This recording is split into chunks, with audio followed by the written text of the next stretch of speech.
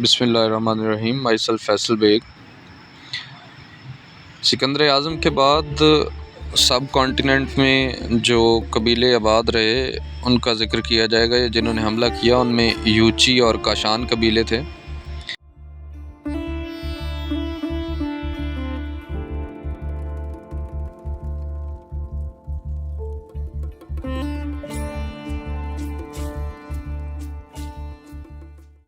एक 180 ईस्वी में चीनियों ने कश्मीर के रास्ते से हमला करके पंजाब पर कब्ज़ा कर लिया।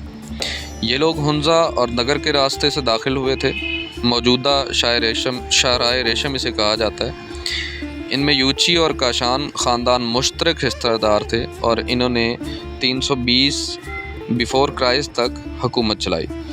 लेकिन अपने मुल्क से दूरी की वजह से इनकी हुकूमत रफ्ता रफ्ता ख़त्म होती चली गई।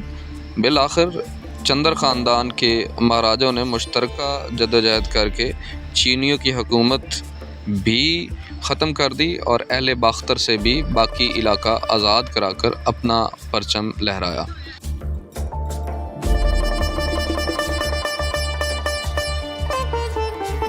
चंदर ख़ानदान में एक शख्स समंदर गुप्त गुज़रा है जिसने रफ्ता रफ्ता तमाम राजों महाराजों को इकट्ठा करके फिर एक वसी सल्तनत कायम की। एक रिवायत के मुताबिक चीनी अहद में चन्योट का नाम चीन आउट या चना आउट मशहूर था, मगर इस रिवायत की सनद नहीं मिलती।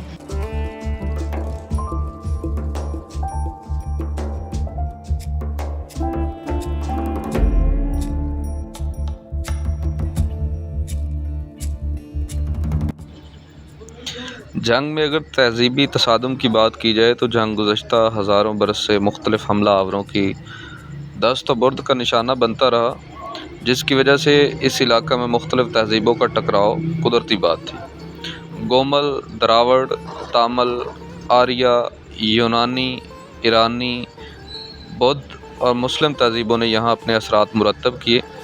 ज़ुबान और इसके मुहावरों, तलफ़्फ़ुज़, लबो लहजा में तब्दीलियाँ आईं।